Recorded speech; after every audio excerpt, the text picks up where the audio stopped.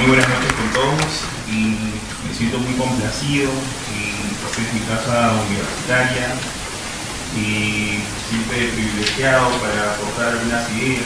Básicamente voy a ser muy sintético viendo la hora, ¿no? Y sobre todo quiero saludar y agradecer al profesor Felipe Villavicencio Terreros, y presidente del Centro de Derecho Penal. También quiero agradecer a Magali por su loable sacrificio y también acción para que se pueda concentrar a cada uno de ustedes en esas exposiciones que se vienen dando desde la semana pasada o hace 2 semanas. Pues bien, el tema que me ha convocado el día de hoy es sobre las consecuencias jurídicas del lavado de activos.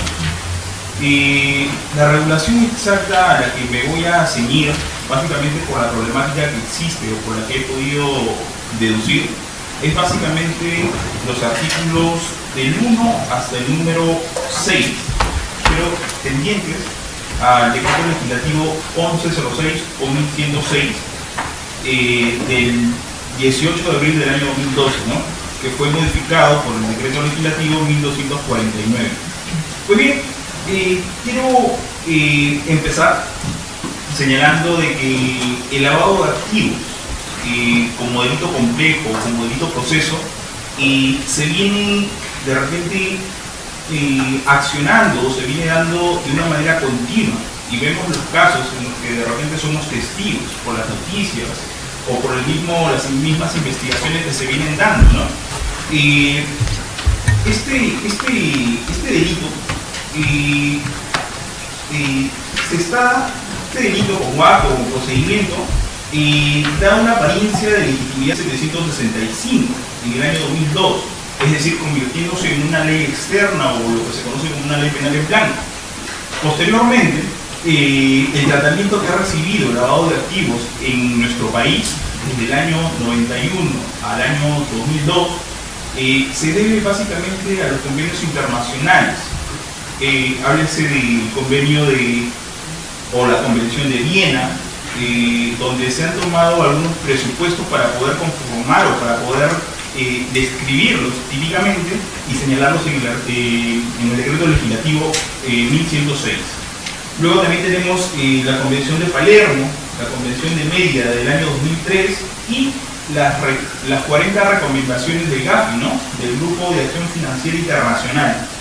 Ahora, ¿por qué es importante de repente señalar estas características? El tratamiento que ha recibido el delito de lavado de activos en el Perú ha tenido controversias. ¿Por qué ha tenido controversias? Si nosotros revisamos y nos damos cuenta que desde el año 2010, mediante un acuerdo plenario que señalaba la naturaleza jurídica del lavado de activos, que hablaba sobre el tipo subjetivo de lavado de activos y que indicaba cuáles eran esos elementos normativos, los elementos descriptivos, que señalaba también su proceso o la integración del delito de lavado de activos. Ese tratamiento no quedó claro del todo a medida que se venía dando estos casos en la realidad. Incluso la Corte Suprema, también en el Acuerdo Plenario 7 de 2011, establecía también esas medidas de coerción real el 6 de diciembre del año 2011. Incluso a partir de esas controversias es que la Corte Suprema, y como acuerdo del Congreso de la República, creó o dio a conocer el decreto legislativo 1106, que lo designaba como para la lucha eficaz de lavado de activos y otros delitos relacionados a la minería ilegal y crimen organizado. Pero ¿qué pasó? El decreto legislativo 1249 creó, incorporó y modificó el artículo 2 y el artículo 3 del decreto legislativo 1106, incluso el artículo 10 cuando hablaba sobre la autonomía del lavado de activos y la prueba indiciaria. La controversia a la que llegaba la Corte Suprema básicamente trasladaba la autonomía del lavado de activos mediante la sentencia plenaria 1/2017, que hablaba sobre el artículo 10 y sobre el estándar de prueba para la persecución y condena, es decir, el estándar de prueba para poder determinar los indicios o para poder de repente señalar cuáles son esas contingencias, esos indicios contingentes para establecernos si nos encontramos dentro de un lavado de activos o no. Pues bien, es necesario incidir que dentro del decreto legislativo 1106 ha regulado básicamente ya del sustrato penal o la parte sustantiva, desde el artículo 1 hasta el artículo 10, eso es lo que me interesa el día de hoy, para hablar sobre los actos de conversión, los actos de ocultamiento y tenencia, pero no básicamente para explicarles la tipicidad objetiva, sino lo que me interesa ahora es hablar un poquito sobre las consecuencias jurídicas de esos supuestos derechos y básicamente encontrar algunas problemáticas que he podido detectar. Pues bien, el sistema penal, si nosotros nos hallamos, el sistema penal no solamente comprende el conocimiento, no solamente comprende la conducta voluntaria, típica, antijurídica y culpable. El sistema penal comprende todo el estatuto, es decir, el supuesto de hecho y la consecuencia jurídica. Si nosotros, para poder determinar como fiscales o como jueces una conducta, vamos a hallar que sea típica, que sea antijurídica, que sea culpable. Sin embargo, muchos de nosotros no atendemos a las demás penas que se encuentran en el supuesto de hecho. Por ejemplo, la pena de multa, la pena de inhabilitación.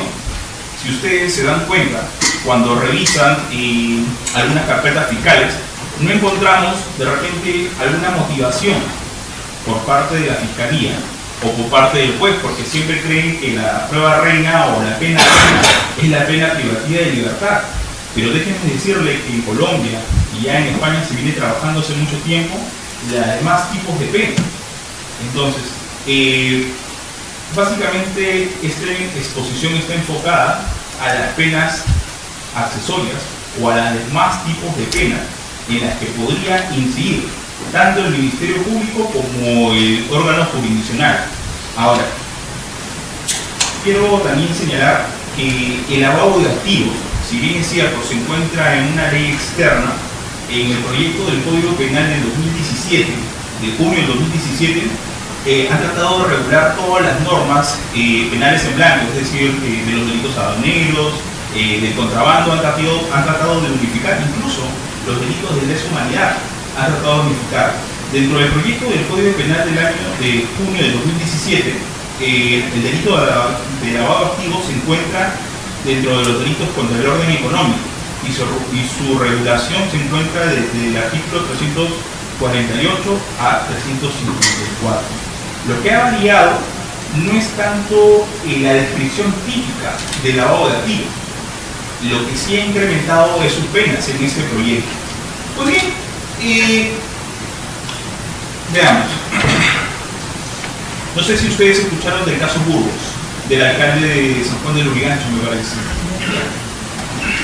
Sobre ese aspecto vamos a tocar, pero el enfoque que le voy a dar no es tanto para poder describir la conducta típica, sino las consecuencias jurídicas en las que arribó la Sala Penal Nacional y en la que el ponente fue el doctor Salinas Cid, y justamente criticando la acción del Ministerio Público por no saber o por desconocer la aplicación de la pena multa y también de la inhabilitación. Pero ahí me quiero centrar porque existe una problemática y con eso voy a tratar de concluir una exposición, porque considero de que es algo que no se ha atendido tanto por la doctrina nacional ni por la jurisprudencia. Pues bien, si nosotros nos enfocamos en el artículo 1 del decreto legislativo 1106, nos dice actos de conversión y transferencia, ¿no? Y como consecuencia jurídica será reprimido con pena privativa de libertad no menor de 8 ni mayor de 15 años y con 120 a 350 días multa. Todos sabemos que dentro del código, dentro del catálogo del Código Penal, el artículo 28, el artículo 29, nos señala qué tipos de penas puede recibir cada persona cuando ha cometido un hecho punible o cuando es sancionable la conducta de una persona, ¿verdad? Y la pregunta es, ¿y por qué 120 a 350 días multa. ¿Es importante, la multa en la imposición de una pena? ¿Es importante la inhabilitación en la imposición de una pena? Pues desde mi perspectiva sí es importante. Lo que pasa es que existe desconocimiento. Déjenme también comentarles que la pena de multa dentro de nuestro Código Penal se encuentra en el artículo 41 hasta el artículo 44. Y la pena de multa obliga al condenado a pagar al Estado una suma de dinero fijada el día 1. Debe entenderse que la pena de multa es una pena pecuniaria. Ahora, ¿sobre la base de qué se calcula o por qué se calcula la pena de multa? Ya el legislador ha señalado que la pena de multa tiene un mínimo de 10 y un máximo de 365 días multa. Es decir, solamente se podrá aplicar la pena de multa al sujeto que ha cometido, en estos casos de lavado de activos, una pena no mayor de 10 a 365 días multa. Y si eso es así, verifiquemos nosotros el artículo 4 del decreto legislativo 1106, que nos comenta sobre las circunstancias agravantes y atenuantes del delito de lavado de activos. Y ahí nos dice: la pena será privativa de libertad no menor de 10 ni mayor de 20 años y 365 a 730 días multa. Entonces, ¿dónde queda la regulación de la parte general que establece de 10 a 365 días? Y si nosotros nos percatamos, en el artículo 4 nos está estableciendo de 365 a 730 días multa. Entonces, estamos viendo la incoherencia del legislador.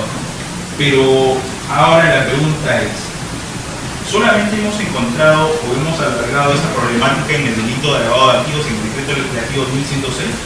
Pues no.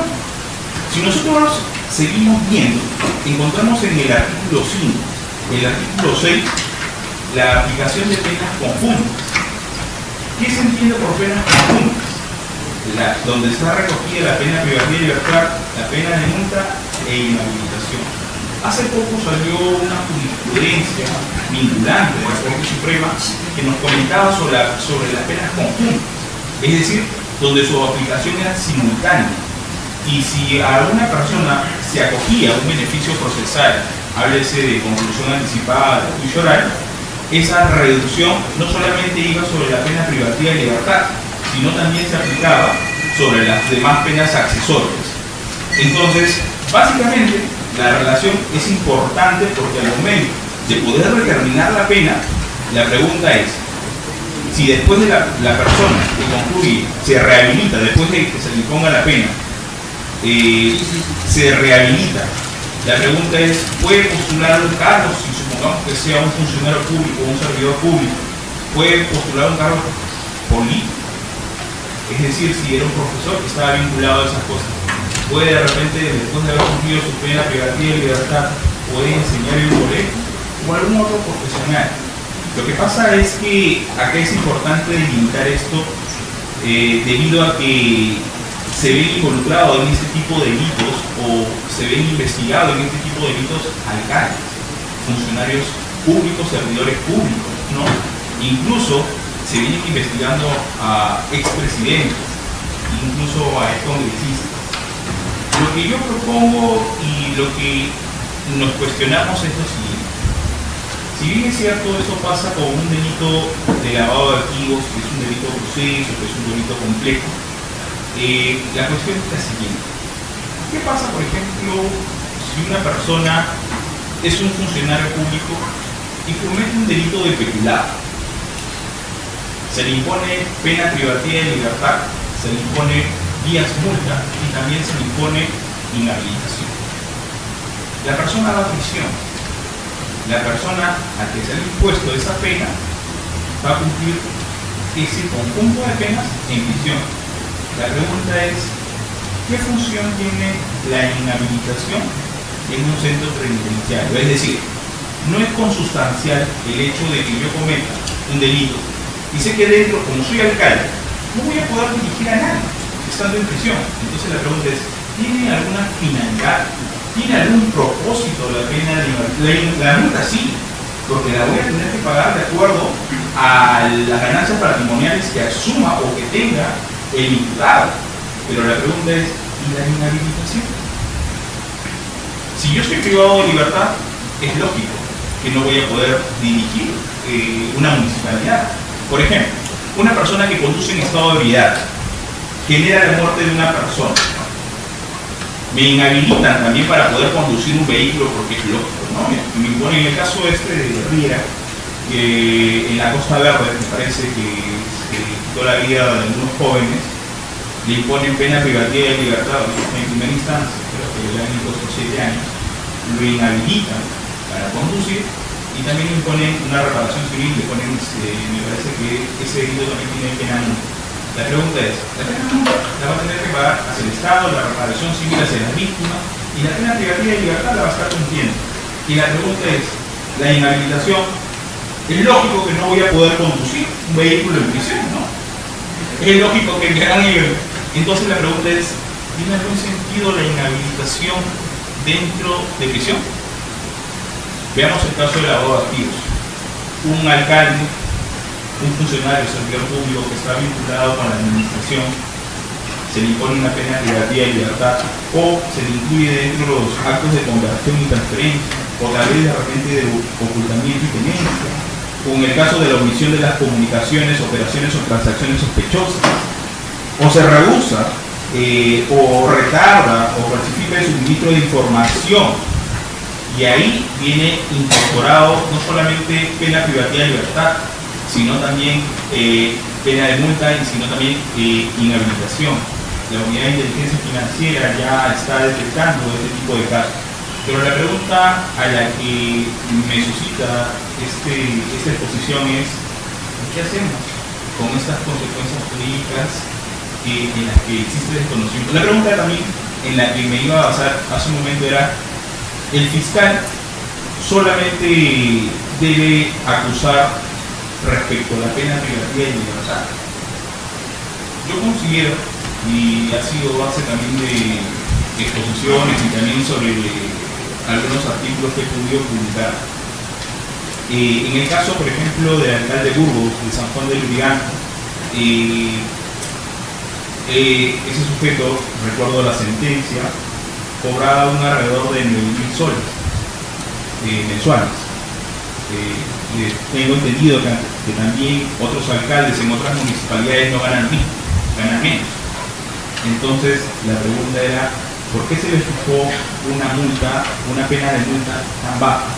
¿Saben por qué? ¿Y saben por qué no se podría de repente incrementar? Porque el fiscal no conocía y le fijó una pena. Siempre en las acusaciones en las que yo he podido ver, siempre fijan 180 días multa. Y la pregunta es, ¿por qué fijan 180 días multa? ¿De dónde sale 180 días multa? ¿Acaso hacen de repente un conteo, una averiguación para poder determinar la ganancia de esta persona y sacar el 25% de esa ganancia? La pregunta es, la inhabilitación en la que se encuentra el fiscal cuando pone inhabilitación a un funcionario público, yo he visto muchos casos donde lo hacen al azar. Le ponemos supuesto 1, supuesto 2 como funcionario público y también como la pena de inhabilitación, hasta hace un poco que ha cambiado, era de 6 meses a 5 años o de 1 año hasta 10 años, también le ponemos cuenta. Y así funciona el sistema.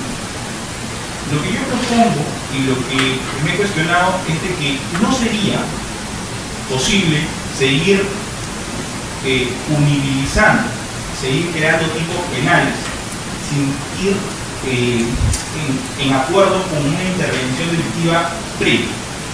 Me explico.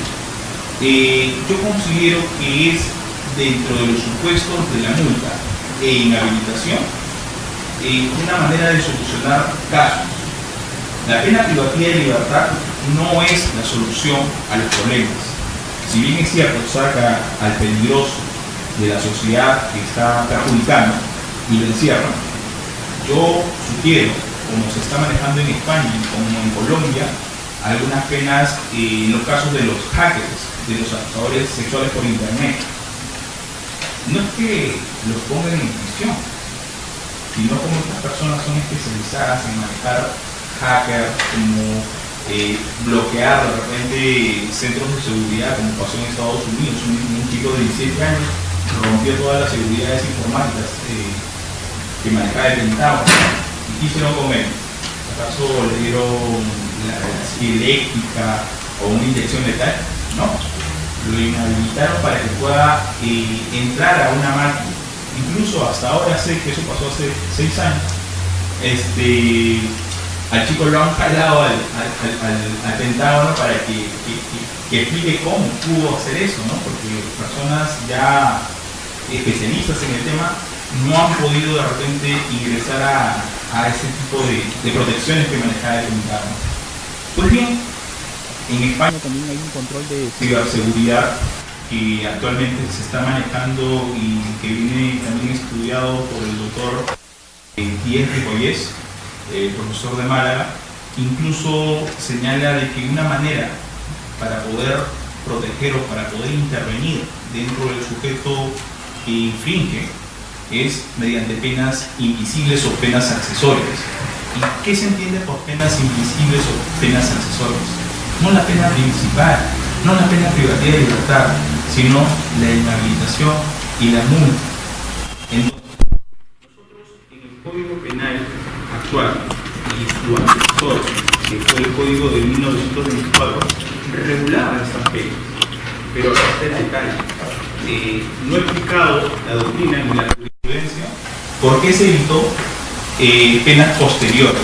Es decir, después de cumplir una pena privativa de libertad, recién se aplicaba una pena de inhabilitación.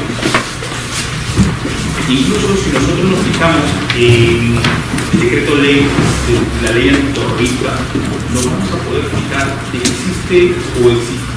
existe una inhabilitación posterior, es decir, después de haber cumplido la pena, se le aplica una inhabilitación posterior. Ahora, ¿ustedes creen que generando ahora hay inhabilitación perpetua? Ha sido denominado por el decreto legislativo, me parece, 1306 o 1309, donde se ha regulado una inhabilitación perpetua. ¿Tiene algún efecto si yo voy a cumplir, si yo sé que voy a morir en la cárcel o voy a estar con una pena determinada? Ahora me he dado cuenta que en los proyectos de los códigos penales ya no se determina cadena perpetua, sino penas indeterminadas. Más o menos cambia la denominación. Pero ¿tiene algún sentido? ¿Tiene que yo, privado de libertad, pueda cumplir la inhabilitación? No. Lo que es importante es conocer los mecanismos tanto como pena principal y como pena accesoria. Ya nuestra jurisprudencia y también la Corte Suprema en el año 2008 evaluó la naturaleza jurídica de la inhabilitación y consideraba de que si el tipo penal, háblese de peculado, dentro de sus consecuencias jurídicas tiene la inhabilitación como consecuencia jurídica, el fiscal no tendría por qué hacer de repente mayor incisión porque ya estaba dentro del tipo penal y era considerada como una pena principal. ¿Qué pasaba si el delito no tenía una inhabilitación? Solamente iba a ser posible su aplicación cuando el fiscal lo solicite. Y eso era lo que se conoce como hoy en día una pena de inhabilitación accesoria. Ahora, establecer los límites que señala la parte general, he tenido la posibilidad de revisar la mayoría de artículos que compone el Código Penal y déjeme decirle de que no hay una sistematicidad, no hay uniformidad. Nosotros siempre tenemos que remitirnos a la parte general del Código Penal para poder hallar la inhabilitación. En el proyecto del Código Penal y por decisión unánime de la Fiscalía de la Nación, se está buscando uniformizar estas penas accesorias o estas penas invisibles. ¿Con qué finalidad? de que sean utilizadas, no por las puras, están en el Código Penal. Incluso que se adecue bien el tema de la prestación a servicios comunitarios, la pena de limitación de días libres, incluso la vigilancia electrónica. Es necesario que nuestros operadores jurídicos manejen estos conceptos para que al momento de que exista un delito de corrupción de funcionarios, no solamente nos fijemos en una pena privativa de libertad, que muchas veces hemos dado cuenta dentro del artículo 57, que estas personas que después cumplen una pena privativa de libertad, si bien es cierto, o en el caso de que se suspenda la ejecución de la pena, pueden salir y fácilmente después de rehabilitados pueden volver a postular un cargo. Lo que yo pretendo esta noche es darle un sentido a la inhabilitación, no como una aplicación simultánea, sino como una aplicación posterior. La propuesta es la siguiente. Si yo sé que una persona que ha conducido un vehículo en estado de ebriedad y ha generado la muerte de alguna persona, sé que yo no quiero que, porque para mí esta persona ya cumple 6 años de pena privativa de libertad, ya, eso no va a devolver a las personas que ha fallecido, ya paga su reparación civil, todo. Pero yo sé que este sujeto es un peligro para la sociedad. Si creemos en el entendido de que las personas no se resocializan del todo estando en un establecimiento penitenciario, porque yo voy a tener miedo, temor, que una persona que ha generado la muerte de varias personas en una carretera de estado de ebriedad, lo puede volver a hacer. La pregunta es, ¿ya cumplió su inhabilitación en prisión? Él dice, yo ya me rehabilité, ya cumplí mi pena privativa de libertad, yo ya pagué la reparación civil que me impusieron. La pregunta es, ¿lo dejamos que maneje? Porque la inhabilitación ya se aplicó simultáneamente, corre paralelamente a la pena privativa de libertad. Es así como está determinada en nuestro Código Penal. Ahora veamos, el caso de un funcionario, un servidor o una persona que ha cometido el lavado de activos, y acá tenemos que la inhabilitación no solamente corresponde a los funcionarios públicos, sino también para distintas profesiones. La inhabilitación es una pena limitativa de derechos. ¿Qué es lo que va a hacer? Restringir el accionar tanto de la profesión, tanto de la elección, tanto de para poder ejercer, ¿no?, el ejercicio de la profesión. Lo que yo propongo es no crear más inhabilitaciones perpetuas. No decir que con el derecho penal podemos solucionar problemas. Podemos hacer una acción interventora, una acción preventiva. Y considero que lo más loable o de repente en lo que podría modificar es, ¿cumplimos pena privativa de libertad? Y le agregamos la inhabilitación. Eso no quiere decir que esta persona no va a poder de repente ejercer su función como alcalde o ejercer su función como policía o como conductor. Lo que se está diciendo es, oiga, usted sale de prisión, se rehabilita en el tema de los antecedentes penales, sin embargo, usted todavía tiene una pena por cumplir, pero no es que lo va a limitar o lo va a encerrar, porque la pena que nosotros conocemos, que es la más restrictiva de derechos, es la pena privativa de libertad. Es decir, es la persona donde se encuentra ubicada dentro de un centro penitenciario y solamente su accionar va a ser limitada. Sin embargo, la propuesta es esta. Sales de prisión y vas a seguir cumpliendo tu inhabilitación. Es decir, no vas a poder conducir. Si un médico causó la muerte de una madre gestante, sabiendo por una impericia, la pregunta es, ya cumplí mi pena privativa de libertad, ya pagué también mi indemnización, ahora regreso y vuelvo a ejercer. Yo creo que hay que dar soluciones prácticas en momentos en los que nuestro país no solo necesita incrementar penas para una representación política. Las soluciones hay que verlas no solamente desde el punto penal, sino también desde la vista criminológica y la intervención previa o lo que está haciendo la Fiscalía en lo que es la investigación del delito de una manera estratégica, va a ayudar, va a facilitar, pero con el conocimiento de las demás penas. La pena privativa de libertad, si bien es cierto, es la de mayor trascendencia, pero si nosotros aprendemos y buscamos soluciones, como se ha visto en Colombia, en Chile y en España, podemos fácilmente en las personas que cometen estos delitos informáticos, los hackers, todas las personas que pueden de repente, o los profesionales, o los mismos funcionarios públicos, yo creo que si buscamos una sociedad de alguna u otra manera, o buscamos de repente prevenir la corrupción o de alguna manera frenar la corrupción, no es generando una inhabilitación perpetua, sino considero que la solución o la alternativa de solución sería una inhabilitación posterior. Y si nosotros nos fijamos en lo que establece el decreto legislativo 1249, a su vez el 1106, también regula consecuencias jurídicas como estas penas, si tenemos un conocimiento, no desde parte del juez, sino del fiscal, porque el fiscal es el que requiere, el fiscal es el que solicita las medidas. Entonces, es allí donde se debe trabajar. Ustedes muy bien saben que la Fiscalía o que el representante del Ministerio Público también debe motivar. No solamente el juez es la persona que debe motivar. Entonces, si nos hallamos dentro de ese escenario, es importante no solamente incidir sobre la pena privativa de libertad, sino también sobre las penas accesorias o las penas invisibles. No sé, ¿tienen alguna pregunta, alguna duda? Me parece que ese tema que usted está tratando es de suma importante.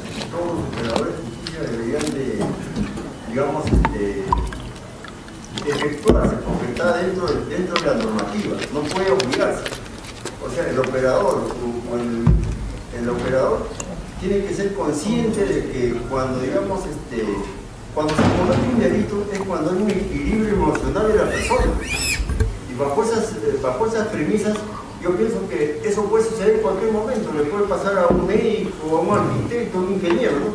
Entonces, si se está aplicando la norma, la doctrina, digamos, las doctrinas internacionales, ¿no?, que son base esencial para aplicar la pena correctamente, yo creo que esas penas accesorias y esas invisibles tienen que aplicarse. Tiene que aplicarse ¿para qué? Para que de esa manera se corrija tanto error humano que hay, ¿no? Porque no puede ser posible que un conductor atropelle, como usted lo dijo, cumple su pena y vuelve a conducir. No puede ser, pero tienen que sancionarlo con la pena accesoria. O sea, inhabilitar un tiempo, ¿no? Eso para que sirva de reflexión, para que él ya no cometa ese error. Porque si una persona toma, no debe manejar bajo ningún punto de vista. Debe dejar su coche ahí, si es posible tomar su taxi, y así evitar problemas cuales. Él se implica a la sociedad y causa efectos jurídicos. Eso es todo. Muy bien, muchas gracias. ¿Y alguna otra pregunta?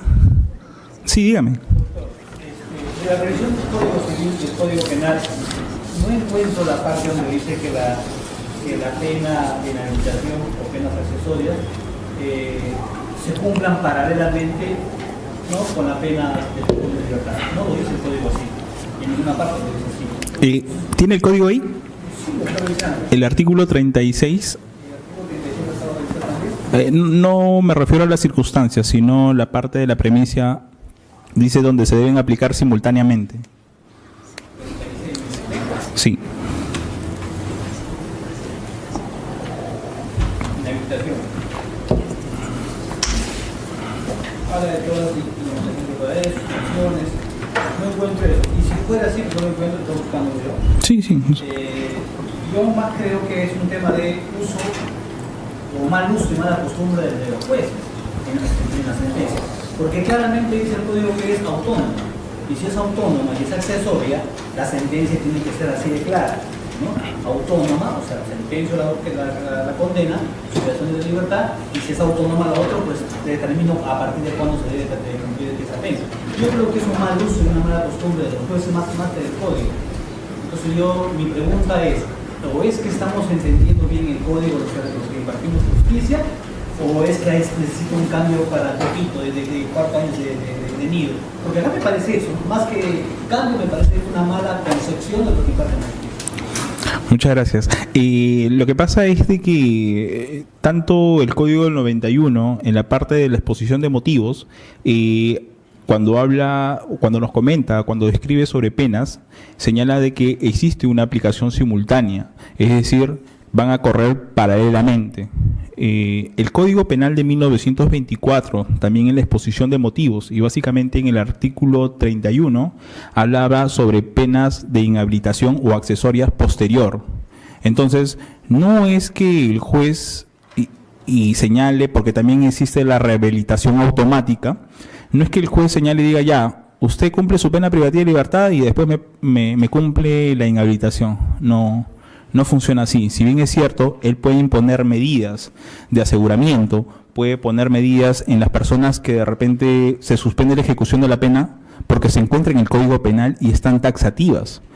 Nosotros no podemos hacer una aplicación de que el juez diga, ya señor, usted sí generó la muerte de algunas personas y por eso ya cumple su pena privativa de libertad y después le aplicamos la inhabilitación. No me parece que sea una manera adecuada de aplicar el derecho o de interpretar el derecho. Considero yo que debe existir una norma expresa, porque como les comenté en los casos, tanto en corrupción, lavado de activos o delitos que vean contra la integridad o la salud, desde mi punto de vista debe hacerse un cambio normativo. No solamente declarativo, ¿no? Porque esto no es una facultad del juez, sino debe haber una enunciación expresa.